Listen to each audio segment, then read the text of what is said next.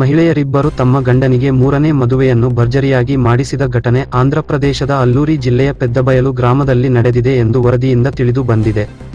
ಪಂಡಣ್ಣ ಎಂಬಾತ ಮೂರನೇ ಮದುವೆ ಮಾಡಿಕೊಂಡ ವ್ಯಕ್ತಿಯಾಗಿದ್ದಾನೆ.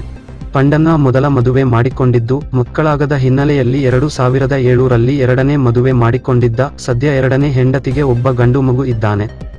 ಆದರೆ ನನಗೆ ಇನ್ನೊಂದು ಮಗು ಬೇಕು ಎಂದು ಪತ್ನಿಯರನ್ನು ಕೇಳಿದ್ದಾಗ ಆ ಇಬ್ಬರು ಹೆಂಡತಿಯರು ಮೂರನೇ ಮದುವೆಯನ್ನು ಮಾಡಿಸಿದ್ದಾರೆ.